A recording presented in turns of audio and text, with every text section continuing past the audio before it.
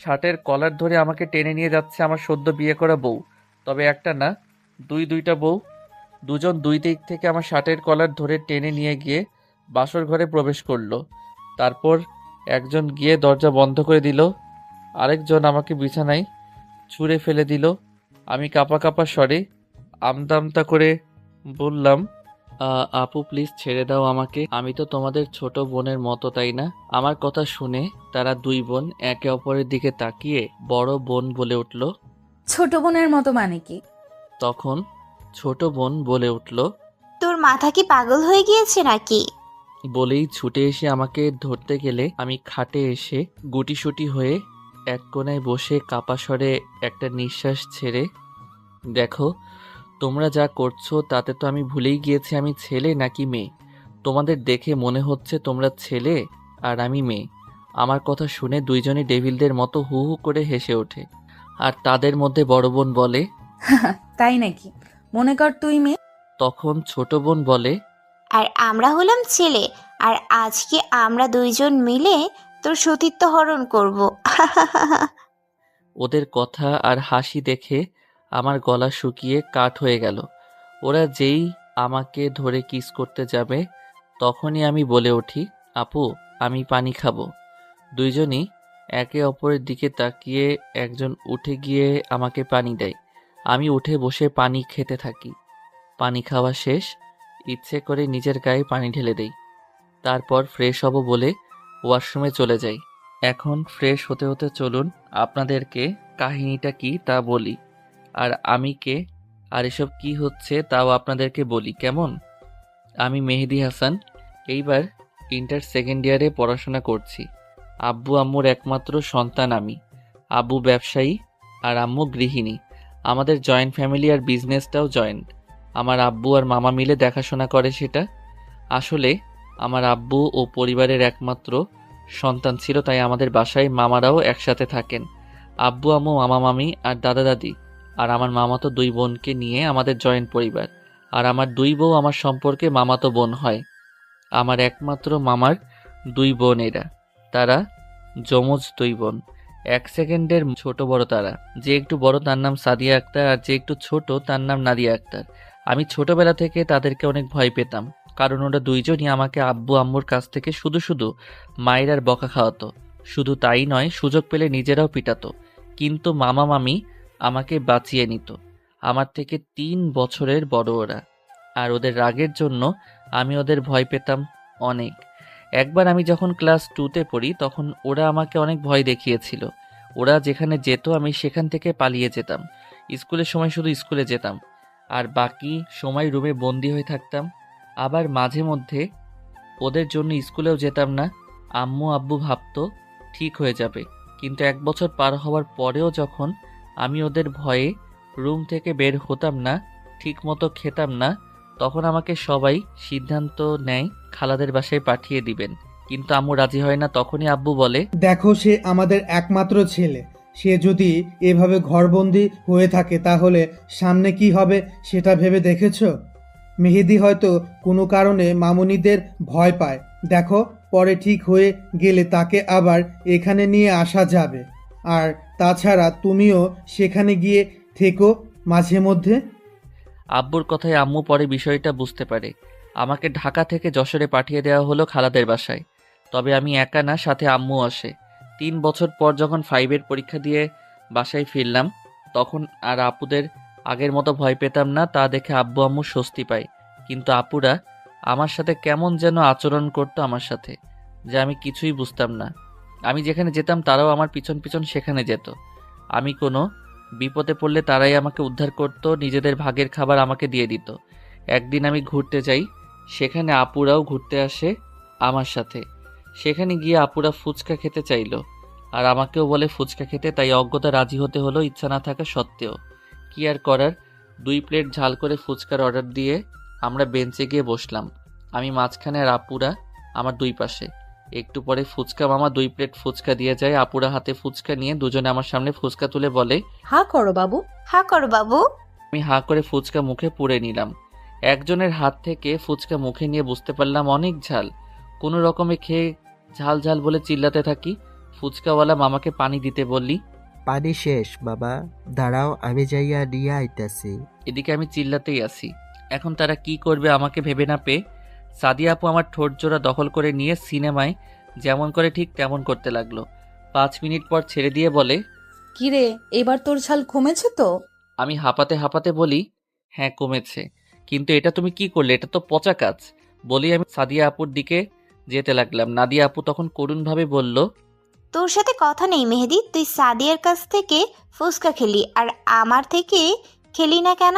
আমি নাদিয়া আপুর কথা শুনে বললাম, আপু দেখো, ওটা অনেক ঝাল, আমি তো খেয়ে পারছি না। তুই আমার হাত থেকে ফুচকা খেলে তোকে আমি আইসক্রিম কিনে খাওয়াবো। আইসক্রিমের কথা শুনে আমি ফুচকাটা মুখে নিলাম, কারণ আইসক্রিম আমার অনেক পছন্দ। আর ফুচকাটা মুখে নিতেই ওমাগো মরে গেলাম, ঝাল ঝাল পানি। আমার অবস্থা দেখে সাদিয়া আপু ফুচকাওয়ালা মামার খোঁজ করতে গেল, কারণ সেই কখন সে গেল, ফুচকাওয়ালা মামা আসার কোনো লক্ষণই নেই। সাদিয়া আপু চলে যাওয়ার পর নাদিয়া আপু আমাকে তার দিকে ঘুরিয়ে আমার ঠোঁটের সাথে তার ঠোঁট দুটো ডুবিয়ে কিস করতে লাগলো। একটু পর সাদিয়া আপু চলে এসে দেখলো আমাদের এই অবস্থা, কিন্তু আশ্চর্যের বিষয় হলো সে এগুলো দেখেও কিছু না বলে বেঞ্চে বসে পড়ল। নাদিয়া আপু আমাকে প্রায় 7 মিনিট পর ছাড়লো। আমি হাঁপাতে হাঁপাতে বললাম, নাদিয়া আপু তুমিও পচা, তোমরা দুইজনে আমার সাথে এটা কি করলে?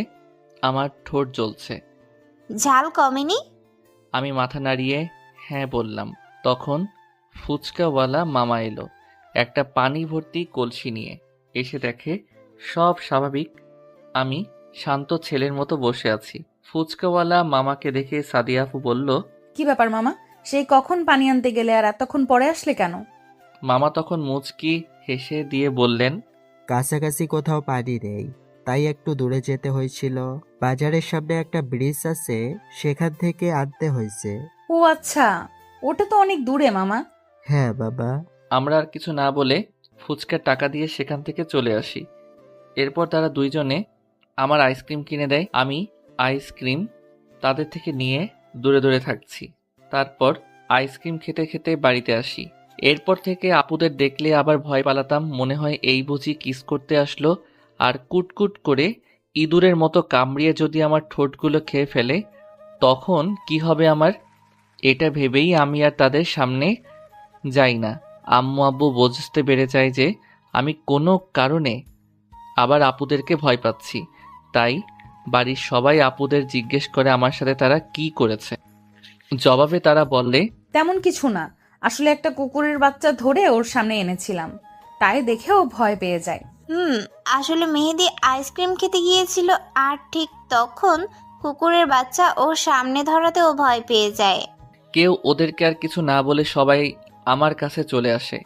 আমি শুয়ে আছি, তখন দাদিমা আমার কাছে এসে আমার মাথায় হাত বুলিয়ে দিতে দিতে বলে, দাদু ভাই, তুমি সাদিয়া আর নীলিমাকে ভয় পাচ্ছ কেন?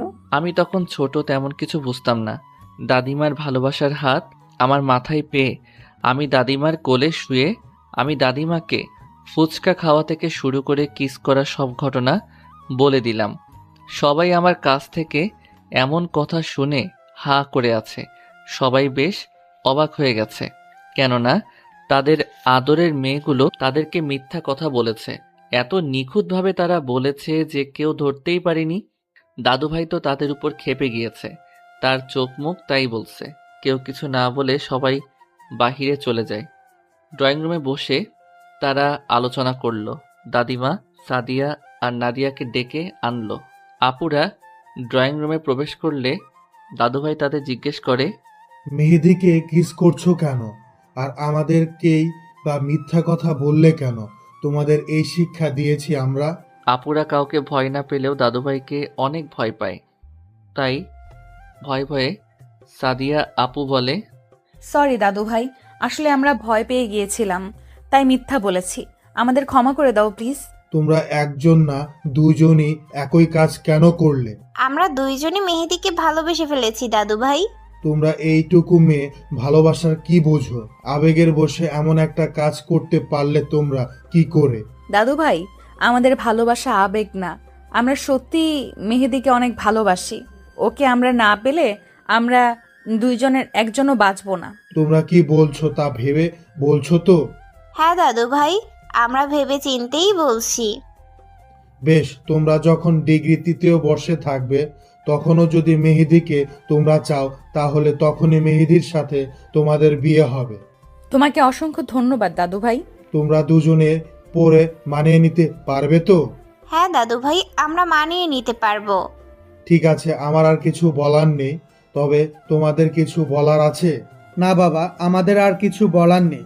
আপনার সিদ্ধান্তই আমাদের সিদ্ধান্ত। ঠিক আছে, তবে ততদিন ও মেহুর খালার বাসায় থাকবে। কেউ আর কিছু বলল না, কারণ দাদুভাইকে বাড়ির সবাই অনেক সম্মান করে, তাই তার সকল সিদ্ধান্তই সবাই মেনে চলে। আমাকে আবার খালাদের বাড়িতে পাঠানো হলো। আমি সেখানেই লেখাপড়া করতে লাগলাম।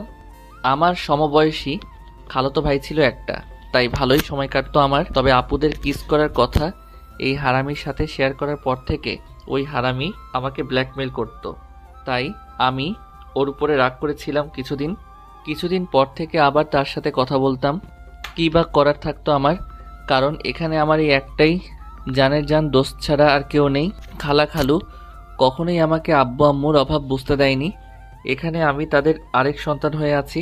খালাতো ভাইয়ের সাথে দুষ্টামি ফাইজলামি আর পড়াশোনা করে দিনগুলো ভালোই যাচ্ছিল। সাথে খালার আদর আর খালুর শাসন দেখতে দেখতে স্কুল জীবন শেষ হয়ে গেল আমার। এসএসসি পরীক্ষায় গোল্ডেন A+ পেয়েছি আমি।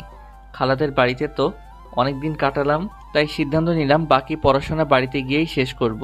কেউ আর না করলো না, কারণ এখন আমি অনেক বড় হয়ে গিয়েছি, নিজের ভালো মন্দ বুঝতে শিখেছি। তাই বাড়িতে চলে আসলাম। বাড়িতে এসে আব্বুকে নিয়ে ভর্তি হয়ে আসলাম আমাদের বাড়ির সবচেয়ে কাছের কলেজে। এরপর আবার বাড়িতে চলে আসলাম। বাড়িতে এসেই ডাকিনীদের সামনে পড়লাম, মানে আপুদের সামনে। কিন্তু আমি কাউকে চিনতে পারিনি। প্রথমে একজনকে দেখেছিলাম সেই জন্য, পরে আরেকজনকে দেখে চিনতে পারলাম। আপুরা অনেক সুন্দরী হয়েছে আগের চেয়েও, তাই নাই চাইতেও ক্রাশ খেলাম। আজকে আমি প্রথম কলেজে যাচ্ছি। নতুন কলেজ, কেমন যেন লাগছে। আনন্দ, ভয়, টেনশন সব মিলিয়ে একটা মিশ্রিত অনুভূতি হচ্ছে আমার মধ্যে। আমি যে কলেজে ভর্তি হয়েছি সেই কলেজে আপুরাও পড়াশোনা করে, কিন্তু সেটা আমি জানতাম না। প্রথম দিন কলেজে গিয়েই আমি তো অবাক হয়ে গিয়েছি, কারণ আপুরা একটা ছেলেকে ধরে উত্তম মধ্যম কেলাচ্ছে। ছেলেটার নাক মুখ দিয়ে রক্ত বের হচ্ছে, তবুও তাদের একটুও দয়া মায়া হচ্ছে না। আমার মায়া হচ্ছে ছেলেটার প্রতি, আবার ভয়ও করছে আপুদের দিকে তাকিয়ে।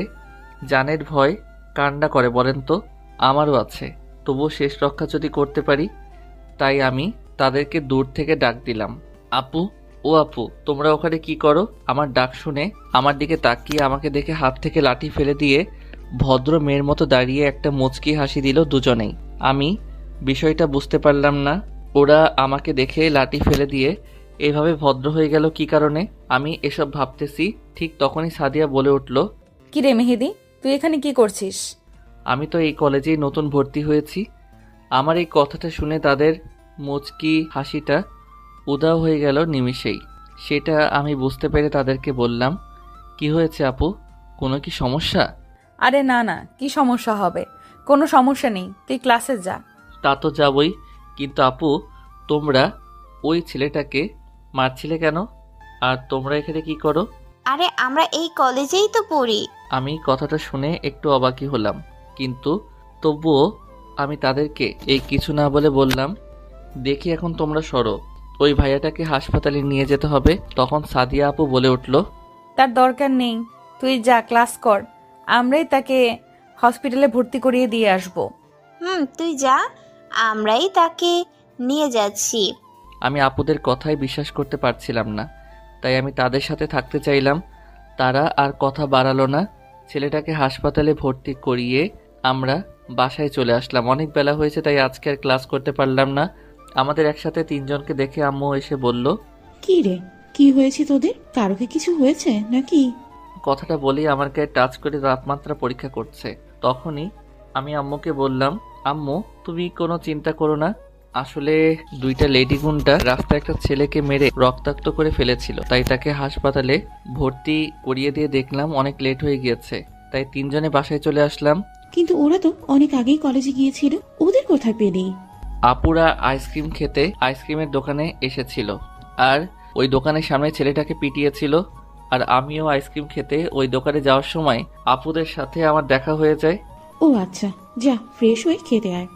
আচ্ছা আম্মু। আম্মু যেতেই আমরা হাফ ছেড়ে বাঁচলাম। এরপর পরের দিন কলেজে গিয়ে কয়েকজন বন্ধু পেয়ে গেলাম। কারণটা হলো আপুরাই। আমার বন্ধু যারা হয়েছে তারা অকারণেই আপুদের ভয় পায়। কাল আপুরা আমাকে দেখে ছেলেটাকে মারেনি, আর সেটা দেখেই আমার সাথে এরা বন্ধুত্ব করেছে। তাদের থেকে জানতে পারি আমার আপুরা এই কলেজের গুন্ডি, সাথে এই কলেজের মধ্যে টপ সেরা সুন্দরী। শুধু এই কলেজের না, আশেপাশের কলেজের মধ্যে এরা দুইজনই সবচেয়ে বেশি সুন্দরী, তাই অহংকারও আছে অনেক, আবার তেমনই আছে পাওয়ার। সেজন্য সামনে এসে কেউ উঁচু গলায় কথা বললেও তাকে পিটিয়ে হাসপাতালে ভর্তি করে দেয়। আর কালকের ছেলেটা সাদিয়া আপুকে প্রপোজ করেছিল, তাই ওকে পিটিয়েছিল। পুচকুবর, এই পুচকুবর। পুচকুবর, এই পুচকুবর। হঠাৎ এমন অদ্ভুত নাম শুনে পিছনে তাকিয়ে দেখি আমার দুই গুণধর আপু কলেজ ক্যাম্পাসের অপর প্রান্তে দাঁড়িয়ে আমায় ডাকছে। ওরকম অদ্ভুত নামে কেউ কাউকে ডাকে নাকি? কেউ বুঝতে না পেরে তাকিয়ে আছে। তখনই নাদিয়া ওখান থেকে বলে উঠল, এই মেহেদি, পুচকুবর জানে মানামার, আমাদের কাছে আসো না একবার। কথাটা শুনে আমার মুখ লজ্জায় লাল হয়ে গেল। কাশতে কাশতে আমার অবস্থা খুব খারাপ। চোখ মুখ লাল হয়ে গিয়েছে, সাথে চোখ দিয়ে পানি পড়ছে টপ টপ করে। তবুও আমার কাশি থামছে না। আমার এমন অবস্থা দেখে অপর প্রান্ত থেকে আপুরা দৌড়ে এসে একজন আমার মাথায় হাত বুলিয়ে দিচ্ছে, আরেকজন আমাকে আস্তে আস্তে করে পানি খাওয়াচ্ছে। দুইজনের এমন কাণ্ড দেখে আমার বন্ধুরা হা করে তাকিয়ে আছে। এই গুন্ডি মেয়েরা এমন শান্ত হয়ে আমার সেবা করছে, তাও ওরা কেউ বিশ্বাস করতে পারছে না। তারপর থেকে শুরু হলো আপুদের টর্চার। কোনো মেয়ের দিকে তাকানো যাবে না, আর যদি ভুল করে কোনো মেয়ের দিকে তাকিয়েই ফেলি তাহলে সেই মেয়েটাকে আর পরের দিন থেকে কলেজে দেখা যায় না। কোনো মেয়ের সাথে কথা বলে তাকে পরের দিন পাওয়া যায় হাসপাতালে। তাই কোনো আমার সাথে ভয়ে কথা বলে না, কারণ সবারই মরার ভয় আছে। তাই আরও বেশি আমাকে সব মেয়েরা এড়িয়ে চলে। আমাকে মেয়েরা দেখলেই কম করে হলেও 100 হাত দূরে থাকে। একদিন কলেজে একটা মেয়ে আসে, দেখতে বেশ সুন্দরী, তবে আপুদের মতো এত সুন্দরী না, তবে কমও না কোনো দিক থেকে। মেয়েটি হলো আমাদের কলেজের প্রিন্সিপালের মেয়ে। ওই মেয়ে নাকি আবার ভীষণ রাগী।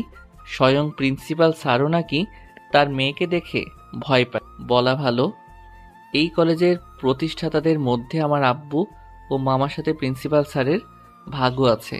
তবে প্রিন্সিপাল স্যারের বেশি না, 20%-এর মতো। আমি সেই কলেজে এসে বন্ধুদের সাথে বসতেই অনেক বলে, মামা, আজকে কলেজে একটা সুন্দরী মেয়ে এসেছে। কিরে গুঁতো দিস কেন? আগে শোন তো পুরো কথা। তখন পিছন থেকে একটা মেয়ে বলে ওঠে, খুব সুন্দর তাই না? সুন্দরীর কাতারে পড়ে একদম, তাই না? একদম সেরা সুন্দরীর কাতারই পড়বে, দেখলেই চোখ জুড়ে যাবে, যে দেখবে তারই। কিন্তু সেরা সুন্দরী বলে কথা, তবে রাগ অনেক বেশি। কিরে মেহেদি, তুই বারবার মাথা যাকে নানা করছিস কেন? ও আচ্ছা, তাই বুঝি। তার রাগটাও কি সেরা সুন্দরীদের মতোই নাকি? একদম রাগটাও সেরা সুন্দরীদের মতোই। কিন্তু তোমরা আপু, তোমরা এখানে? আমি তো মেহেদির সাথে মজা করে এমনি বলছিলাম। তাই না? Shut up rascal. এখানে বসে বসে তুই মেহেদের মাথায় তুই এসব ঢুকাচ্ছিস? আপুদের দেখে আমি অনেক আগেই ভয়ে শেষ। অনেককে অনেক বোঝানোর চেষ্টা করেছি, কিন্তু সে বুঝলো না। এখন নে ঠেলা সামলা। কিন্তু আপুদের এমন গর্জনে আমরা সবাই ভয়ে একে অপরের হাত ধরে দিলাম। সেখান থেকে ভো দৌড়, একদম এক দৌড়ে বাসায় এসে পৌঁছেছি। সাথে বন্ধুরাও আছে। সবাই মিলে অনেককে উত্তম মধ্যম আদর দিয়ে বললাম, শালা, যখন যেটা বলা শুরু করি সেটা শেষ না করা পর্যন্ত থামতে পারিস না। কোথায় কে বসে বা দাঁড়িয়ে আছে সেটা দেখতে পারিস না। অনেক কাঁদো কাঁদো করে বলল, আরে কত মারবি আমাকে? আমার ভুল হয়ে গেছে, ক্ষমা করে দে প্লিজ। এরপর আমরা অনেককে ছেড়ে দিয়ে যে যার মতো বাসায় চলে আসি। বাসায় এসে রুমে চলে যাই। রুমে এসে ফ্রেশ হয়ে দেখি দাদিমা বিছানায় বসে আছে। আমি দাদিমার কাছে এসে দাদিমার কোলে শুয়ে পড়ি। কি হয়েছে আমার ছোট্ট বরটার? আমি দাদিমাকে জড়িয়ে ধরে বললাম, দাদিমা, আপুরা আমার সাথে এমন করে কেন? আমার কোনো মেয়ে বন্ধুর সাথে আমাকে তারা কথা বলতে দেয় না, তারা এমন কেন দাদিমা? দাদিমা কিছুক্ষণ চুপ থেকে বলে, দেখো, তুমি তো এখনো ছোট, তাই তারা চায় না তুমি কোনো ভুল পথে চলে যাও, আর সেই জন্য তোমাকে কোনো মেয়ের সাথে মিশতে দিচ্ছে না, বুঝলে? তা ঠিক আছে, কিন্তু তারা আমাকে পুচকু বর বলে কেন ডাকে সবার সামনে? দাদিমা কি বলবে ভেবে পায় না। পিছন থেকে দাদুভাই বলে, কিরে, তুই আমার বউয়ের কোলে শুয়ে আছিস কেন? আমি আরো ভালো করে শুয়ে দাদিমাকে জড়িয়ে ধরে বলি, তোমার একার বউ নাকি? এটা তো আমারও বউ। কেন, সেটা তুমি জানো না নাকি? এটা শুনে দাদুভাই দাদিমাকে উদ্দেশ্য করে বলে, কি গো, তুমি আমাকে না বলে আরেকটা বিয়ে করে নিলে? তখন দাদিমাকে কিছু বলতে না দিয়ে আমি বলে উঠি, আরে দাদুভাই, বিয়ে করেছি তো কি হয়েছে? এখনো তো বাসর করিনি। এখন তোমার পারমিশন নিয়ে ভাবছি বাসরটাও সেরে ফেলবো। আমার কথা শুনে দাদুভাই রাগী রাগী ভাব নিয়ে বলে, কি বললি শয়তান? দাঁড়া, করাচ্ছি তোকে, আমার বউয়ের সাথে বাসর করাচ্ছি। আমাকে আর পাইকে জাপাং করে উঠে সাপাং করে দিলাম এক দৌড়ে বাড়ির বাইরে।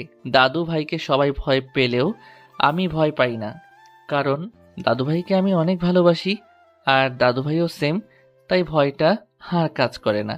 এদিকে আমি চলে আসার পর দাদিমা দাদু ভাইকে বলছে, আর কতদিন মেহেদির কাছ থেকে এভাবে লুকাবে? ওরও তো একটা মতবাদ আছে, তাই না? তুমি মানুষ চিনতে ভুল করছো। মেহেদি একদম তোমার মতোই হয়েছে। বড়রা যা বলবে ও সেটাই করবে। আমি জানি মেহেদি পানির মতো স্বচ্ছ, ওর পবিত্র মনে কোনো কাদা নেই, কিন্তু ওর সেই মনে যদি কখনো কাউকে জায়গা দিয়ে ফেলে, তখন তো সাদি আর নাদিয়াকে মেনে নিতে পারবে না। মেহেদি ধুকে ধুকে বেঁচে থেকেও দিনের পর মরবে ও। পিছন থেকে সাদিয়া বলে উঠল, আমরা দুই বোন থাকতে এমন হতে দেব না কখনোই দাদিমা, এই বিশ্বাসটুকু রাখতে পারো।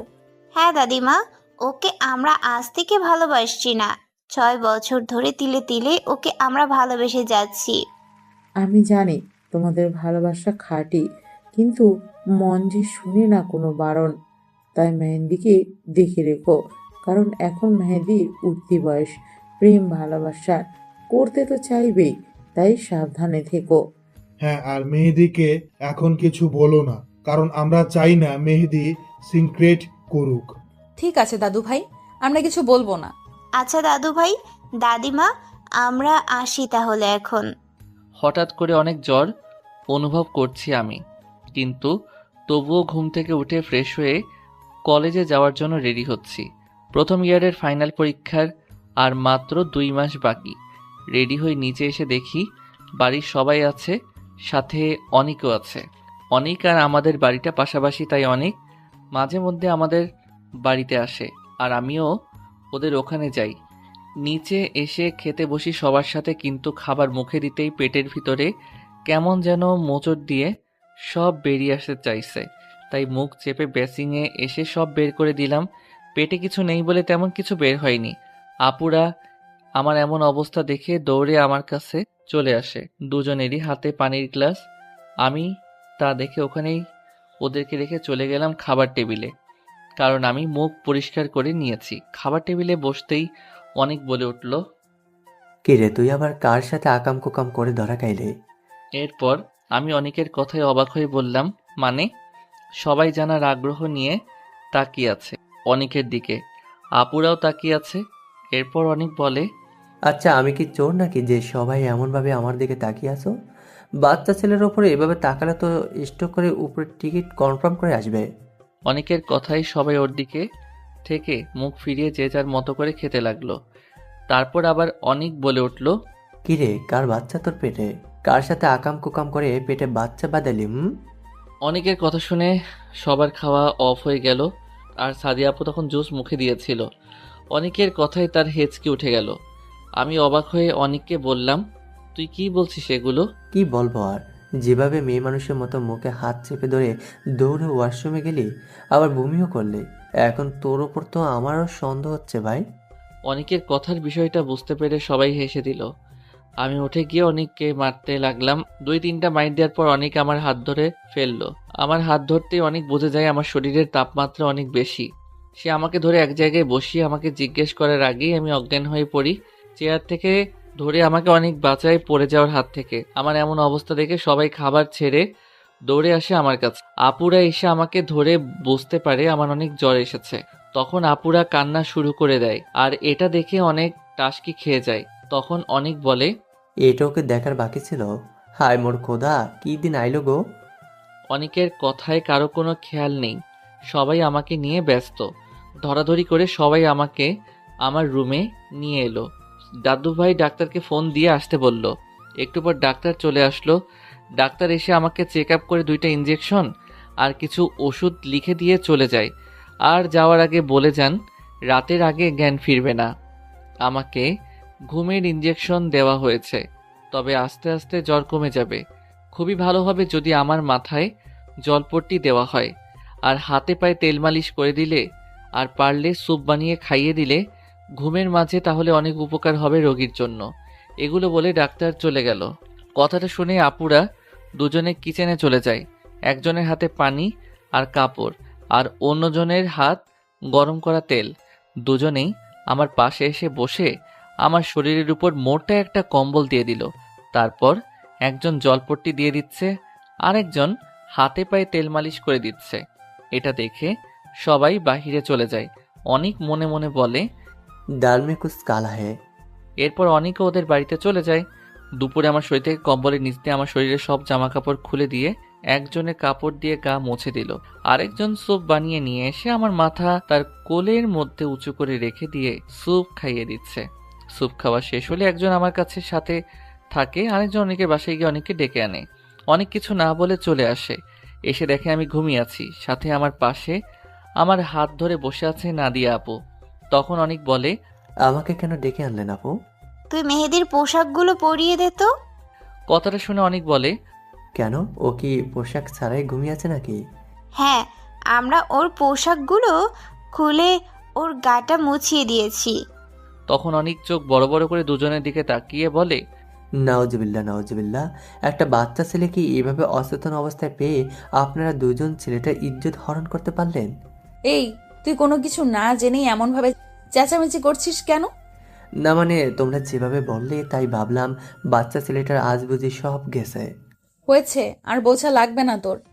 আমরা বাইরে যাচ্ছি, তুই মেহেদিকে পোশাকগুলো পরিয়ে দে। বলেই আলমারি থেকে একটা টি শার্ট আর একটা ট্রাউজার বের করে দিয়ে তারা চলে গেল বাহিরে। অনেক আর কি, সে তার মতো কাজ করা শুরু করে দিল। কম্বলটা সরিয়ে আমার দিকে তাকিয়ে হেসে দিল, আর মনে মনে বলল, মাইয়া মানুষ না দেখি বোঝে বেশি। কারণ আমার পরনে তখনও একটা মিনি প্যান্ট পরানো ছিল, যা আপুরা জানে না। জ্বরের ইঞ্জেকশনের সাথে ঘুমের ইঞ্জেকশন ছিল বিধায় এক ঘুমে রাত 10টা বাজলো। রাত 10টার পর আমার ঘুম ভাঙলো।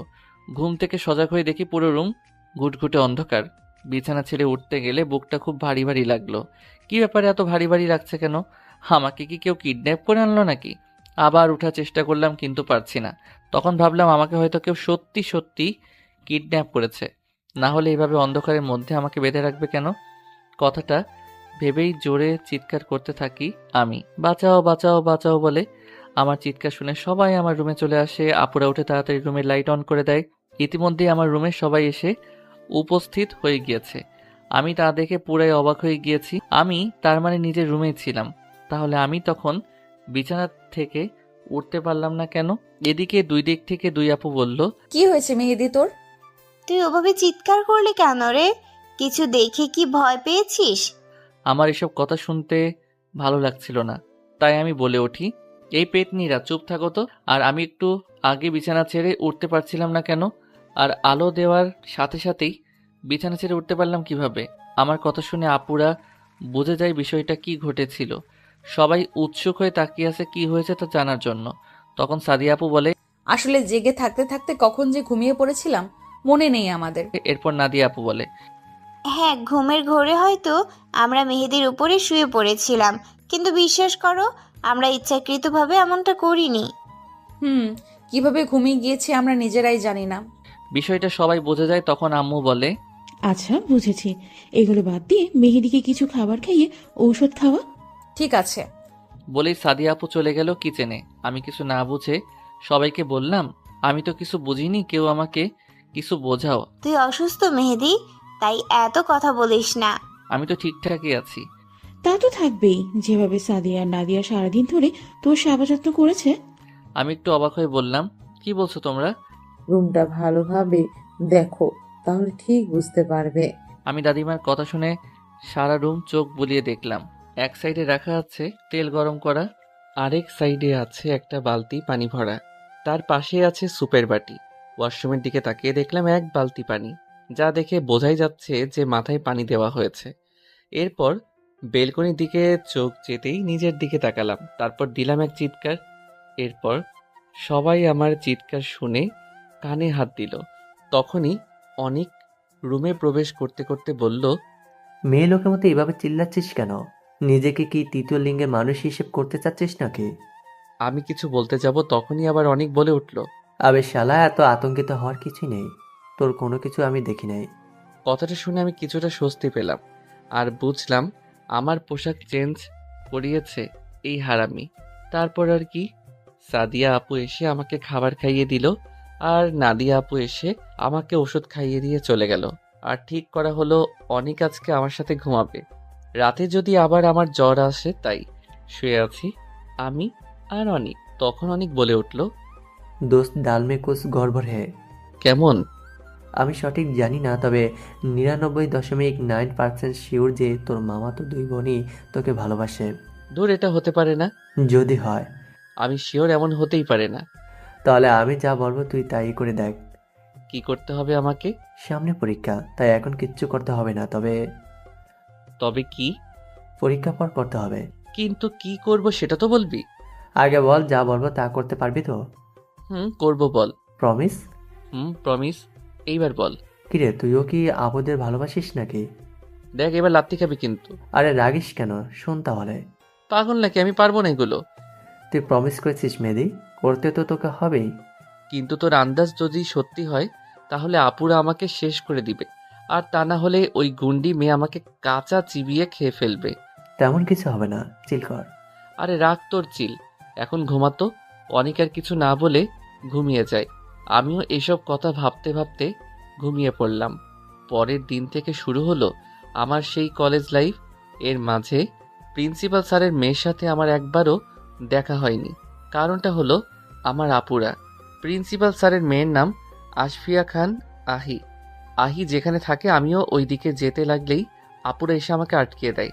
একটা বিষয় বড্ড অনেক ভাবায় আমাকে, আর সেটা হলো আমি আসার আগে আপুরা প্যান্ট শার্ট পরে কলেজে আসতো। প্রথম দিনেও তাই দেখেছিলাম। আমি এত কিছু না ভেবে পড়াশোনায় মন দিলাম। দেখতে দেখতে পরীক্ষার দিন চলে এলো। ভালোই ভালোই সবগুলো পরীক্ষা দিলাম। ভালোই হয়েছিল পরীক্ষাগুলো। পরীক্ষা শেষ হলে খালামণিদের বাড়িতে গিয়ে কয়েকদিন থেকে আসলাম। সাথে করে আমার খালাতো ভাই অয়নকেও নিয়ে আসলাম। অয়নের নাকি সেখানে একা একা লাগে, তাই অয়ন আমার সাথে আমারই কলেজে ভর্তি হলো। আর এটাই হলো বিপত্তি, কারণ প্রথম দিন অয়নকে নিয়ে কলেজে আসার সাথে সাথেই গেটেই ঠাস। বুঝলেন না তো? চট্টর মানি কেউ কাউকে ঠাস করে অয়ন নিচে পড়ে যায়। আহি আর অয়নের ঠোঁটজোড়া আহির দখলে। অয়ন বেচারা করে ছাড়ানোর চেষ্টা করছে, কিন্তু পারছে না। বিষয়টি কি হচ্ছে আমরা দাঁড়িয়ে বোঝার চেষ্টা করছি। ঠিক তখনই আহির বান্ধবীরা এসে বলে 5 মিনিট নাকি শেষ। আহি অয়নকে ছেড়ে দিয়ে বলে, সরি বেবি, জাস্ট ডেয়ার ছিল। আমরা তো পুরাই টাসকি খেলাম কথাটা শুনে। শুধুমাত্র একটা ডিয়ারের জন্য এইভাবে একটা ছেলের ইজ্জতের উপর হামলা চালালো। আহি চলে যাবে ঠিক তখনই অয়ন বলল, বে, আমার ইজ্জত লুটে নিয়ে চলে গেল গো। কেউ ধরো রে, আমার ইজ্জত লুট করেছে। এই মেয়েকে আমি জেলের বাট খাওয়ামু। কথাটা শুনে আহি অয়নের কাছে এসে অয়নকে বলে, এভাবে কান্না করে নিজেকে গে প্রমাণ করতে চাচ্ছিস নাকি? চারিদিকে সবাই দেখছে, একটা কিসের জন্য ছেলে হয়ে কান্না করাটা মানায় না। বাসায় কি ওটা কেটে ফেলো কেমন? আহির এমন কথায় অয়ন কান্না থামিয়ে চুপ হয়ে যায়, আর আমি টাসকি খেয়ে যাই পুরাই। আমি অনেক আর অয়ন কাছাকাছি ছিলাম বিধায় সব কথাই শুনতে পেয়েছিলাম। আহি চলে যেতেই আমি বললাম, মামা, এটা মাইয়া না অন্য কিছু? পুরাই আগুন। তখন পিছন থেকে আমার কান টেনে পেতনি বলে ওঠে, পুরাই আগুন তাই না? ওদের এখানে এখন কোনোভাবে আশা করিনি, তাই ভয়ে ভয়ে বললাম, আপু আসলে তুমি যা ভাবছো তেমন কিছু না। পাশ থেকে আরেক পেতনি আমার আরেক কান টেনে ধরে বলে, কি ভাবছিস? আর কিনা ক্লাসে না গিয়ে এসব করে বেড়াচ্ছিস? দুই পেতনির একই কাহিনী। অয়ন এদিক থেকে আপুদের বলে উঠল, আমার ইজ্জতটা লুটে নিয়ে চলে গেল, তাহলে আগুন নয় তো কি হবে? আর আমি তো কিছুই করলাম না, সব তো ওই মায়াটাই করলো। অয়নের কথায় আপুরা আমার কানটা ছেড়ে দিল। আমি কান ছাড়া পেয়ে 2 হাতে 2 কান নাড়াতে লাগলাম। এরপর আমি বললাম, আজকে আমি নিরীহ অবলা ছেলে বলে মারলে তো? আচ্ছা ঠিক আছে, বাড়িতে গিয়ে আমি আমার বউ আর সতীনের কাছে বিচার দিব। আমার কথা শুনে আপুরা দুজনে আমার দিকে কেমন করে যেন তাকালো। তারপর বলল, বউ তো দাদিমা। হ্যাঁ। তাহলে সতীনটাকে? দাদু ভাই এই কথা শুনে তারা আমার দিকে সরু দৃষ্টিতে তাকিয়ে থাকলো কিছুক্ষণ, কিন্তু কিছু বলল না। আমি কান নেড়ে যাচ্ছি, এখনো অনেক ব্যথা করছে। অনেক জোরেই ধরেছিল মনে হয়, রেগেছিল হয়তো অনেক, কিন্তু আমি রাগার মতো কি এমন কাজ করেছি? এদিকে আপুরা অয়নের কাছ থেকে সবটা শুনে হেসে দেয়। জীবনে প্রথম আমি আপুদের হাসতে দেখলাম। হাসলেও আপুদের সেই রকম লাগে, মনে হয় একই মেয়ে ডাবল পার্ট। চলাচল, পছন্দ, খাওয়া, মারামারি, ঝগড়া, হাসি, কান্না সব একই রকম, শুধু 2টি শরীর, এইটুকুই পার্থক্য। এদের মাঝে খুঁজে পাই আমি। আচমকা এক ভয়ানক কাজ করে ফেলি আমি। ওদের গালের মধ্যে যে টোল আছে, সেই টোলের গর্তে আমার 2 হাতে 2 আঙুল দিয়ে স্পর্শ করি, আর সাথে সাথেই ওদের হাসি বন্ধ হয়ে গেল। আমি যে এমন কিছু একটা করব তা আমি নিজেও কল্পনা করতে পারিনি। আপুদের দিকে তাকিয়ে দেখি দুজনেই লজ্জাবতী গাছের ন্যায় নুয়ে আছে। আমরা তো পুরাই এটাই দেখার বাকি ছিল। আমরা তো ভাবলাম আমার গালে 2টা চড় পড়বে, কিন্তু এটা কি হলো? কেন কি জানি, দুজন 2 গালে চুমু দিল। কি কপাল রে ভাই তোর। আব্বে শালা চুপ কর। ওই ভাবলাম চড় থাপ্পড় দিবে, কিন্তু চুমু দিল 2টা। 2জনে কেন? আমার মতো ঠোঁটে পড়েনি তো। তুই জানিস না? ওহো, আমি তো ভুলে গিয়েছিলাম, সরি জান। এই 1 মিনিট, তোদের মধ্যে গে কোনটা? গে মানে কি? গে মানে হলো গে। গে না হলে একটা ছেলে আরেকটা ছেলেকে জান বলে নাকি? হারামি, তোকে তো আজ বলেই আমি আর অয়ন মিলে অনিককে তাড়া করতে লাগলাম। এরপর কিন্তু ধরতে পারলাম না অনিককে। হাঁপিয়ে গিয়ে আমি আর অয়ন বটগাছটার নিচে বসলাম। একটু পরে অনিকও চলে আসলো, আর ওকে হাতের কাছে পেতেই পিটানি শুরু। আজকে প্রথম ক্লাসে স্যার আসতে পারিনি কোনো একটা কাজে, তাই আমরা বসে আছি। একটু পর অনিক আমাকে বলল, কিরে মনে আছে তো? কি মনে থাকবে? শালা ভুলে গেলি পরীক্ষা করার কথা? ও কিন্তু ভাই, আমার না ভয় করছে অনেক। তুই দেখলি না সামান্য আগুন বলাতে কিভাবে আমার কান দুটোকে কি সুন্দর করে যত্ন সহকারে আদর করলো। ওটা দেখলে তো আমাকে 100 হাত মাটির নিচে পুঁতে রাখবে। আরে তোরা কি নিয়ে আলোচনা করছিস, আমাকেও একটু বল। আমি অয়নকে সবটা খুলে বললাম। সব শুনে অয়ন বলল, ভালোই তো আন্দাজ ঠিক হলো, একটার সাথে আরেকটা ফ্রিতে পাবি। কি কপাল মাইরি, তোর কপালের সাথে আয় আমার কপালটা ঘষে নেই। বলেই অয়ন আমার কপালের সাথে ওর কপাল ঘষাতে আসতেই দিলাম এক লাথি। ও মা গো, মইরা গেলাম রে বাবা। শালা হারামি, দেখে শুনে লাথি মারবি তো। যেই জায়গায় লাথি দিলি, আমার যদি বাচ্চা না হয় তাহলে সব দোষ তোর। দেখ আরেকটা খাবি কিন্তু। হারামি, আমি ওখানে মারছি নাকি? ও, এখনো মরিসনি বুঝি? তাহলে ঠিক আছে। আমার আর অয়নের কাণ্ড দেখে অনেক মাথায় হাত দিয়ে বসে আছে। কপাল চাপড়াতে চাপড়াতে বলল, ভাই আসলে তোরা কোন জাতের প্রাণী? কেন উগান্ডা? কি রে, তুই কি সত্যি সত্যি উগান্ডা থেকে এসেছিস নাকি? কি জানি, তুই তো ছোটবেলা থেকে আমাকে বলে আসছিস আমি নাকি উগান্ডা থেকে এসেছি, তাই এটাই বলে দিলাম। কি রে ভাই, তোর নিজের জাতটা কি তুই সেটাই জানিস না? না রে, আব্বুর কাছ থেকেও শোনা হয় নাই। এইবার গিয়ে শুনে আসবো না যে কোন জাতের বীজ থেকে এসেছি। দেশি আর হাইব্রিড মিক্সেস করে দিয়েছিল মনে হয়, না হলে এরকম দেখতে হয় না তো। কি চিল্লাস কেন? অয়ন তো ঠিক কথাই বলছে। ভাই আমাকে মাফ কর, আমি আর কোনো কথাই বলবো না। কেন বলবি না? এমনিতেই। আচ্ছা বাদ দে, ওই যে দেখ ফুলওয়ালা মামা তাজা তাজা ফুল নিয়ে আমাদের দিকে আসে আমাদের জন্য। গেটের বাইরে তাকিয়ে দেখি সত্যি ভ্যান ভর্তি অনেক ফুল নিয়ে ফুলওয়ালা মামা দাঁড়িয়ে আছে। অনেক দৌড়ে গিয়ে সেখান থেকে একগুচ্ছ গোলাপ ফুল এনে আমাকে দিল। আপুরা আর আহি একই ক্লাসে পড়ে, কিন্তু ডিপার্টমেন্ট আলাদা। আহি আগে হোস্টেলে থাকতো, কিন্তু স্যার অসুস্থ হওয়ার পর এখানে চলে এসেছে। আপুরা ক্লাস থেকে বের হওয়ার আগেই আহি ক্লাস থেকে বের হয়ে গেল। আমি আহিকে পেছন থেকে ডাক দিলাম, এই যে আহি। আমাকে বলছো? জি হ্যাঁ, এখানে তুমি ছাড়া আর কেউ আছে নাকি? ও না, তা তো নেই। তোমাকে কিছু বলার ছিল। আহির গরনে প্যান্ট আর শার্ট। আহি প্যান্টের পকেটে হাত রেখে স্টাইল করে দাঁড়িয়ে বলল, হ্যাঁ বলো, কি বলবা? আগে বলো, রাগ করবে না বা মারবে না? তেমন কিছু হলে তো অবশ্যই রাগ করবো এবং পেটাবো। তাহলে থাক, আর বলবো না। আচ্ছা ঠিক আছে, বলো কি বলবা। আগে আই প্রমিস আমি রাগ করবো না। আহি কথাটা শেষ করা মাত্র আমি ওর সামনে বসে ফুলের তোড়াটা হাতসহ পিছন থেকে সামনে ধরে বললাম, আমার ফুটবল আর ক্রিকেট দলের আম্মু হবা। আহি কিছু বলবে তার আগে একটা বোম ফাটলো। আপু লাগছে, প্লিজ ছাড়ো। ছাড়ার জন্য ধরেছি নাকি কুত্তা? তুই কোন সাহসে এই মেয়েকে প্রপোজ করলি বল? আপু লাগছে, প্লিজ ছাড়ো বলে আমাকে টেনে হিস্টে বাসায় নিয়ে আসলো। দাদু ভাই, ও দাদু ভাই। দাদিমা গো, তাড়াতাড়ি এসো তোমরা। আমাদের যে কপাল পুরো পুড়ে গিয়েছে। আর কোথায় লুকিয়ে আছো তোমরা? আম্মু, আব্বু, বড় মা, বড় আব্বু, দাদু ভাই, দাদিমা, তোমরা সবাই কোথায় গেলে? আরে কি হয়েছে, এভাবে চিল্লাচিল্লি শুরু করে দিলি কেন? সাদিয়া আর নাদিয়া আপু আম্মুকে দেখে কান্না শুরু করে দিল। তখন দাদিমা বের হয়ে এসে আমাকে দেখে। এ কি দাদু ভাই, কি হয়েছে তোর? আর এই তোরা কান্না থামা আর বল, আমার ছোট্ট বড়টার এই অবস্থা কে করলো? তখন সাদিয়া আপু বলা শুরু করলো, আমরা ক্লাস হতে বের হয়ে দেখি মেহেদি প্রিন্সিপালের মেয়ে আহিকে প্রপোজ করেছে, কিন্তু কি বলেছে তা বুঝিনি। আমরা একটু সামনে যেতেই শুনতে পাই মেহেদি বলে, আমার ক্রিকেট আর ফুটবল দলের আম্মু হবে। ও হয়তো একসেপ্ট করে নিত, কারণ তার ঠোঁটে মিষ্টি হাসি দেখেছিলাম আমরা।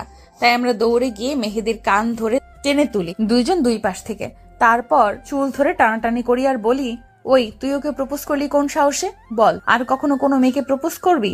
আমি কাকে প্রপোজ করব কি করব না সেটা কি তোমাদের থেকে শুনতে হবে নাকি? ভুলে যেও না আপু, এখন আমি যথেষ্ট বড় হয়েছি। কি বললি তুই? আর একটা বার বল। লাগছে কিন্তু আপু, ছাড়ো বলছি। ছাড়বো তো বটেই, তার আগে তুই আরেকবার ওই কথাটা বল। তারপর আর কি, সব তো আপনারা জানেনই। দাদুভাই সবটা শুনে বলল, যাও, এখন তোমরা তিনজন রুমে গিয়ে ফ্রেশ হয়ে নাও। আমরা বড়রা সবাই মিলে এখন আলোচনা করব। আমি আর আপুরা যে যার রুমে চলে আসলাম।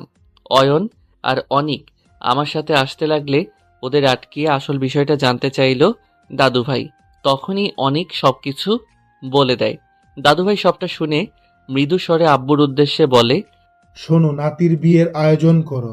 আজকে মেহেদির সাথে সাদিয়ার আর নাদিয়ার বিয়ে দেব। কিন্তু বাবা, একদিনে এত কিছু কিভাবে সম্ভব? তাও আবার একসাথে তিনটা সন্তানের বিয়ে। একটু ঝাঁকঝমক না করলে লোকে কি বলবে? তখনই সেখানে প্রিন্সিপাল স্যার, তার বউ ও আহি উপস্থিত হয়। এরপর প্রিন্সিপাল স্যারকে দেখে দাদুভাইয়ের মুখের রংটা পাল্টে যায়, কারণ সবাই মনে করেছে প্রিন্সিপাল স্যার আহির সাথে আমার বিয়ের কথা বলতে এসেছে। কিন্তু সবাইকে অবাক করে দিয়ে প্রিন্সিপাল স্যার অয়নের সাথে আহির বিয়ের কথা বলে। এতে সবাই অনেক খুশি হয়। অনেক দৌড়ে গিয়ে অনেকের আব্বু আম্মুকে পাঠিয়ে দেয়। অনেকের আব্বু আম্মুকে সবাই দেখে খুব অবাক হয়। তারপর অনেকের আম্মু যা বলে তাতে সবাই অবাক হয়ে যায়। ও হ্যাঁ, আপনাদের একটা কথা বলা হয়নি, তার জন্য আমি দুঃখিত। আমি সেটা এখন বলছি। আমার একটা মাত্র ফুপি আছে এবং তার একটা মেয়ে আছে। সে আমার সমবয়সী, নাম রিয়া। রিয়া আর অনেক রিলেশন হয় আমি এখানে আসার 2 মাস পর। সেই সময় রিয়া আর ফুপি আমাদের এখানে ঘুরতে এসেছিল। তারপর অনেকের সাথে রিয়ার কথা হয়, এরপর বন্ধুত্ব, আর বন্ধুত্ব থেকে ভালোবাসা। ফুপা ফুপিকে ফোন করে তাদের মতামত নিয়ে বিয়ে ঠিক করে দাদুভাই। 1 মাস পর বিয়ের ডেট ঠিক হলো।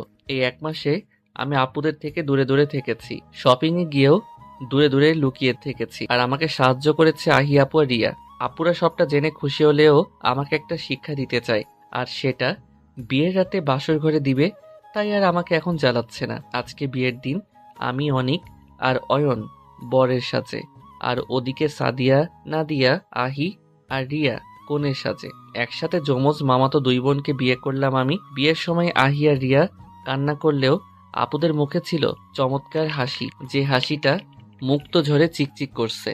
আর সেই মুক্ত ঝরা হাসির চিকচিক আলোয় আলোকিত হয়ে আপুদের বিশ্ব সুন্দরীদের মতো লাগছে। আহি আর রিয়ার আবদারে একটা পুরো রিসোর্ট বুকিং করে, আর আলাদা 3টা রুম খুব সুন্দর করে সাজানো হয়। আমি বাসর ঘরে না গিয়ে অন্য একটা রুমের খাটের নিচে গিয়ে লুকিয়ে আছে। আপুরা আমাকে অনেক খুঁজেও পাচ্ছে না। শেষমেশ অয়ন, অনিক, আহিয়া, রিয়া সবাইকে বলে আমাকে খোঁজা শুরু করে।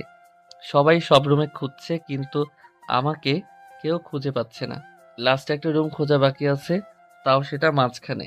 সবাই সেই রুমে আসতে চাইলে আপুরা সবাইকে বাসর করতে পাঠিয়ে দেয়, কারণ তারা অনেকটা কষ্ট করেছে, এতে অনেকটা সময় নষ্ট হয়েছে, তাই ওরা চলে যায় ওদের রুমে। আপুরা এদিকে ওদিকে তাকিয়ে দুইটা লাঠি পায়, সেটা হাতে নিয়ে দুজনে রুমে প্রবেশ করে। আলো জ্বালিয়েও আমাকে কোথাও খুঁজে পাচ্ছে না। আমি নেই ভেবে চলে যেতে গেলে কি মনে করে দুজনে এসে খাটের নিচে উকি দেয় আর আমাকে দেখতে পায়। আমার এই অবস্থা দেখে তাদের অনেক হাসি পাচ্ছে, কিন্তু তারা না হেসে আমার পায়ে ধরে টেনে আমাকে খাটের নিচ থেকে বাহিরে বের করে তো তারা পুরাই অবাক হয়ে যায়, কারণ আমি তখন ঘুমিয়ে গিয়েছিলাম। পরে ভালো করে দেখে বোঝা যায় আমি নাটক করছি। তখন দুজনে লাঠি দিয়ে দুইটা বাড়ি দিল।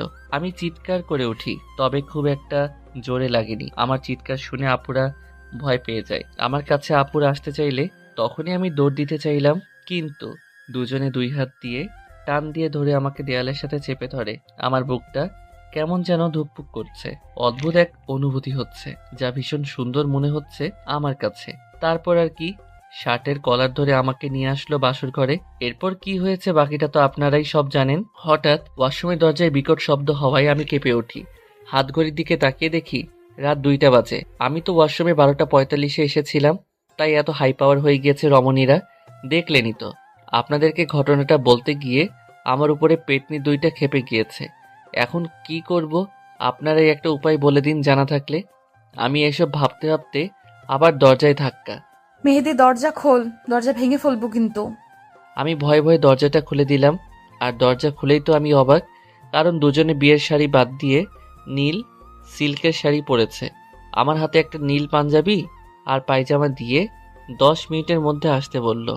আমি ওয়াশরুম থেকে রেডি হয়ে বাইরে এসে দেখি রুমটা আগের থেকেও আরো সুন্দর করে সাজানো হয়েছে। পুরো রুমটা জুড়ে নীল আর আকাশি রং। এই রং আমার খুবই প্রিয়। আমি সামনে যেতেই গোলাপ ফুলের গুচ্ছ নিয়ে দুজনে আমার সামনে হাঁটু গেড়ে বসে বলল, আমাকে তোমার ফুটবল দলের আম্মু বানাবে? আর আমাকে তোমার ক্রিকেট দলের আম্মু বানাবে? আমি দুজনের হাত থেকে ফুলের গুচ্ছ নিয়ে সেটার ঘ্রাণ শুকে এরপর টেবিলে রেখে দিলাম। এরপর পকেট থেকে দাদিমার দেওয়া চুড়িগুলো বের করে দুই বউয়ের হাতে পরিয়ে দিলাম, আর দাদুর দেওয়া 2টি আংটি বের করে ওদেরকে পরিয়ে দিয়ে নিচে বসলাম। পায়ে হাত দিতে যাব, তখন ওরা দুজন পা উপরে তুলে না করলো। পরে আমার সাথে না পেরে পা সামনে বাড়িয়ে দিল। দুজনের পায়ে নীল পাথরের একটা করে পায়েল পরিয়ে দিয়ে দুজনের পায়ে একটা করে কিস করলাম। দুজনেই শিউরে উঠলো। এরপর আমরা 3 জনের নামাজ পড়ে নিলাম। আমাদের ভবিষ্যৎ যেন সুখের হয় সেজন্য দোয়া করলাম। নামাজ পড়া শেষ করে উঠতেই দুজনে আমাকে নিয়ে বিছানায় শুয়ে আমাকে কিস করতে লাগ। আমার সারা শরীর কেমন কেমন যেন শিউরে উঠল। ওদের ছোট ছোট কিসে আমি যেন বারবার ঘায়েল হয়ে যাচ্ছিলাম। সহ্য করতে না পেরে আমি আপুদের বললাম, আপু আমার না খুব ক্ষুধা পেয়েছে। আমার কথা শুনে দুজনে উঠে বসে। এরপর সবকিছু ঠিকঠাক করে নেয়। তারপর একে অপরকে দেখে মুচকি হাসি দিল। এরপর দুজনে 2 পাশ থেকে 2 গ্লাস দুধ বের করে আমাকে খেতে বলল। আমি দুটো গ্লাসের অর্ধেক করে খেয়ে বাকিটা ওদেরকে খেতে বললাম। ওরাও খেয়ে নিল কিছু না বলে। তারপর আবার শুরু হলো আমার উপর ওদের অত্যাচার। একজন গলায় কিস করলে আরেকজন করে বুকে, একজন পেটে কিস করলে তো আরেকজন করে নাভিতে, একজন ঠোঁট জোড়া দখল করলে তো আরেকজন আমার পুরো শরীর ঘায়েল করে দেয় কিস করতে করতে। কেমন দম বন্ধ করা এক অনুভূতি। ইস, আমার সহ্য হচ্ছে না একদম। কেমন যেন সারা শরীরে কারেন্টের মতো একটু পরপর ঝাটকা খাচ্ছি। আমি আর সইতে না পেরে আপুদের বললাম, আপু ও আপু, আমি না হিসু করতে যাব। আমার কথা শুনে ওরা দুজনেই কাঁদো কাঁদো হয়ে আমার দিকে তাকিয়ে থাকে। আমার তা দেখে অনেক খারাপ লাগে। ওরা কিছু না বলে উঠে সরে যায়। আমিও ওয়াশরুমে চলে যাই। কিছুক্ষণ পর এসে দেখি আপুরা শুয়ে পড়েছে। এক সাইডে মাঝে একটা কোলবালিশ রেখে অপর পাশে জায়গা রাখা হয়েছে। বুঝলাম ওরা অনেক কষ্ট পেয়েছে, কিন্তু আমিও তো ওদের ভালোবাসি। প্রথমবার ওরা যখন বাসায় আসে সেই তখন থেকেই কি আর করার, বউদের রাগালে রাগ ভাঙাতে হবে। আমি ওদের কাছে গিয়ে দুজনের কোমরে হাত দিয়ে স্লাইড করতে থাকি। আমার হাত সরাতে চাইলে উপরে উঠে নাভির কাছে স্লাইড করতে থাকি। ওরা আর বাধা দিতে পারলো না। আমি একজনের গলায় মুখ ডুবিয়ে কিস করতে থাকি, আর আরেকজন আমার সারা শরীরে কিস করতে থাকলো। একজনকে কিস করে ভরিয়ে দিতে থাকলাম, আর আরেকজনকে স্লাইড করে পাগল করে দিলাম। তারপর চলে যাই এক অজানা সুখের ভেলায়, যাকে বলা হয় জান্নাতি সুখ, প্রেমময় সুখ। সকালবেলা উঠে দেখে আমার বউগুলো আমার আগে উঠে গিয়েছে। একজন আয়নার সামনে সাজুগুজু করছে আর অন্যজন শাওয়ার নিচ্ছে। আমি সেটা দেখে আয়নার সামনে গিয়ে ওর পিছন থেকে জড়িয়ে ধরে ওর গলায় মুখ ডুবিয়ে দিলাম। ভয়েস শুনে বুঝতে পারলাম এটা সাদিয়া, তাই আরো গভীরভাবে জড়িয়ে ছোট্ট একটা বাইট দিলাম। এরপর তা দেখে সাদিয়া বলল, এই দুষ্টু কি করছো? সাদিয়া চুপ থাকো, আমার বউকে আমি আদর করছি, তুমি এর ভিতরে কথা বলছো কেন? কথাটা শুনে সাদিয়া তো পুরাই অবাক, কারণ ওদেরকে পিছন থেকে আজ পর্যন্ত কেউ চিনতে পারেনি তাদের ভয়েস শুনে, কারণ ওদের দুজনের ভয়েসটা কিছুটা ডিফারেন্স। কিন্তু আমি কিভাবে সেটা বলে দিলাম তা দেখেই সাদিয়া অবাক হয়ে গিয়েছে। সাদিয়াকে এমন ভাবান্তর দেখে আমি তাকে আরো গভীরে গিয়ে কিস করতে লাগলাম। সাদিয়া একটু পরপর কেঁপে কেঁপে ওঠে। আমি বুঝলাম বেশি সময় ধরে দুষ্টুমি করা যাবে না, তাই একটা জোরে বাইট দিয়ে বেলকনিতে চলে আসলাম। এদিকে সাদিয়া আমাকে বকছে, কিন্তু আমি কিছু শুনতে পাচ্ছি না, কারণ সে বিড়বিড় করে বকছে আমায়। কামড়টা একটু জোরেই দিয়েছিলাম তো তাই। নাদিয়া ওয়াশরুম থেকে বেরিয়ে আসে, মাথার চুলগুলো টাওয়েলটা দিয়ে নাড়াতে নাড়াতে। এরপর সে বেলকনিতে আসতে থাকে, তা দেখে সাদিয়া বলে, যা যা বুঝবি ঠালা, আর ভাগ্য ভালো হলে বেঁচে যাবি। মানে? সাদিয়ার কিছু বলছে না, শুধু মিটমিট করে হেসে যাচ্ছে। এরপর নাদিয়া কিছু না বুঝে বেলকনিতে চলে আসে। আমাকে দেখে বেলকনিতে দাঁড়িয়ে থাকতে দেখে একটু অবাক হয়, কিন্তু কিছু বলছে না। নাদিয়া তার মতো নিজের কাজ করতে থাকে। আমি নাদিয়ার দিকে তাকিয়ে দেখি নাদিয়াকে অনেক গর্জিয়াস লাগছে। আমি এক পা করে ওর দিকে এগিয়ে এসে পিছন দিক থেকে জড়িয়ে ধরে গলায় মুখ ডুবিয়ে কিস করতে থাকলাম আর পেটে স্লাইড করতে থাকি। নাদিয়া জমে ঠান্ডা হয়ে গিয়েছে, কেমন অদ্ভুতভাবে কাঁপছে, তা দেখে মৃদু হাসলাম আমি। নাদিয়া এখন বুঝতে পেরেছে সাদিয়া তখন ওকে কেন ও কথা বলেছিল আর কেনই বা হেসেছিল। আমি আরো গভীরভাবে জড়িয়ে নাদিয়াকে কিস করতে থাকলাম। এরপর নাদিয়া বলে উঠল, প্লিজ মেহেদি ছাড়ো। ছাড়বো বলে তো ধরিনি নাদিয়া। নাদিয়াও বেশ অবাক হয়ে গিয়েছে। আমি এই সুযোগে ওকে আরো গভীরে কিস করতে লাগলাম। ও একটু পরপর কেঁপে কেঁপে উঠল, তাই নাদিয়াকেও সেম জায়গায় সেমভাবে বাইট দিয়ে ছেড়ে দিলাম। এরপর চলে আসলাম ওয়াশরুমে। নাদিয়া বিড়বিড় করে বকছে আর কামড়ের জায়গায় হাত রেখে ভিতরে চলে আসলো। এরপর সাদিয়ার কাছে এসে বসে পড়ল। এরপর দুইজন দুজনের দিকে তাকিয়ে দুজনেই হা হা করে হেসে দেয়। সবাই রেডি হয়ে সকালের নাস্তা খেয়ে যে যার বউ নিয়ে বাসায় চলে আসলাম। বাসায় এসে ফ্রেশ হয়ে রুমে এসে আমি তো অবাক। আমার রুমে তো কিছুই নেই, শুধু একটা খাট, পড়ার টেবিল আর আলমারি ছাড়া। বাইরে এসে আম্মুকে জিজ্ঞেস করতেই আম্মু বলে, তোর রুম এখন থেকে মাঝখানেরটা, ওখানে গিয়ে দেখ। কারণ কি আম্মু? কারণ হলো তোর রুমটা অনেক ছোট, তাই। ও আচ্ছা, বলেই আমি নতুন রুমে চলে আসলাম। রুমে এসেই তো আমি পুরাই অবাক। রুমটা অনেক সুন্দর করে সাজানো হয়েছে। বিশাল একটা খাট আর 3টা আলমারি, যার গায়ে নাম লেখা আছে কোনটাকে ব্যবহার করবে। একটা বিশাল বড় ড্রেসিং টেবিল, আরও নানান কিছু রাখা আছে রুমের মধ্যে।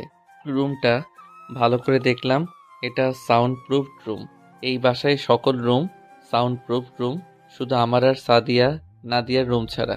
ওই রুমগুলো ছোট আর বাচ্চাদের রুম বলে এই সিস্টেম করা ছিল না। আমি ফ্রেশ হয়ে এসে দেখি দুজনের জামা কাপড় আলমারিতে গুছিয়ে রাখছে। আমাকে দেখে দুজনে আমার দিকে তাকিয়ে দেখলো আমি টাওয়েল পেঁচিয়ে দাঁড়িয়ে আছি।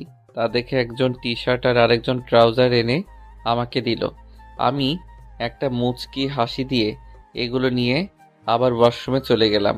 একটু পর বেরিয়ে এসে দেখি দুজনেই বসে আছে। আমি বের হতেই বলল, খেতে চলো। চলো। দুপুর হয়ে গিয়েছে, কারণ আস্তে আস্তে আমাদের অনেক সময় লেগে গিয়েছিল সেখান থেকে, তাই খেতে চলে গেলাম। খাবার টেবিলে এসে দেখি সবাই আছে এখানে। আমিও একটা চেয়ারে বসে পড়লাম। আমার দুই পাশে আমার দুই বউ বসে পড়ল। ওরা দুজনে দুজনের প্লেটে খাবার তুলে নিল, কিন্তু আমাকে দিল না। এটা দেখে আমি মনে অনেক কষ্ট পেলাম। ভাবলাম ওদের হয়তো অনেক ক্ষুধা পেয়েছে, তাই হয়তো আমাকে খাবার তুলে দেওয়ার কথা ওদের মনে ছিল না। কথাটা ভেবেই যেই খাবার নিতে যাব তখনই সাদিয়া বলে উঠল, হা করো। আমি বুঝতে পারলাম এই জন্যই হয়তো আমার প্লেটে খাবার দেয়নি। আমি আর কোনো কথা না বলে খেয়ে নিলাম। দুপাশ থেকে দুই বউ খাইয়ে দিচ্ছে। বেশ মজাই লাগছে। এমন ভাগ্য কয়জনের কপালেই বা আছে। আমি তৃপ্তি সহকারে খাচ্ছি, তখনই তো কপাল দেখে আমার নিজেই খুব হিংসা হচ্ছে। কেন? এই যে তোর দুই পাশে দুইটা সুন্দরী বউ তোকে খাবার খাইয়ে দিচ্ছে, আর আমাকে দেখ কি ফাটা কপাল। আরে বুড়ো, কি যে বলো, আমার 3টা বউ, একজন হয়তো অভিমান করে আছে তাই খাইয়ে দিচ্ছে না, না হলে সামনে থেকে আরেকটা সুন্দরী বউ খাইয়ে দিত। কথাটা শুনে দাদুভাই রাগী হওয়ার ভাব করে বলে, তোর দুইটা সুন্দরী বউ থাকতে আমার একটা সুন্দরী বউয়ের দিকে নজর দিস কেন রে? বারে, এটা তো আমার বড় বউ, বিয়ে করেছি সে অনেক বছর আগে, কিন্তু আফসোস এখনো পর্যন্ত বাসরটাই করতে পারলাম না। অনুমতি দাও না বুড়ো, শুভ কাজটা শেষ করে ফেলি। তবে রে দাঁড়া তুই। আমাকে আর পাইকে, খাওয়া তো অনেক আগেই শেষ হয়ে গিয়েছে, তাই এক দৌড়ে রুমে চলে আসলাম। রুমে এসে শুয়ে পড়লাম, উদ্দেশ্য ভান করে ঘুমিয়ে পড়ব। কিছুক্ষণ পর আমার দুইটা বউ রুমে চলে এলো। দরজাটা লক করে আমার দুই পাশে দুইজন শুয়ে আমার বুকে মাথা রাখলো। শোনো না। বলো, শুনছি। তুমি কি আমাকে ভালোবাসো? তোমাদের কি মনে হয় ভালোবাসি নাকি বাসি না? মনে তো হচ্ছে ভালোই বাসো। আমি সাদিয়া আর নাদিয়ার ঠোঁটে ছোট্ট করে একটা কিস করে বললাম, হ্যাঁ গো পাখিরা, আমিও তোমাদের অনেক ভালোবাসি। সত্যি? হ্যাঁ বউ, সত্যি। ওরা খুশিতে গদগদ হয়ে আমাকে শক্ত করে জড়িয়ে ধরে।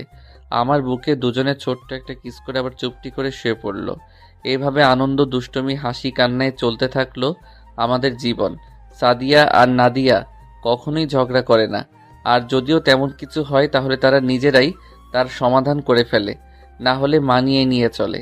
আপনারা সবাই দোয়া করবেন এভাবে মিলে মিশে যেন সারাটি জীবন কাটাতে পারি আমরা।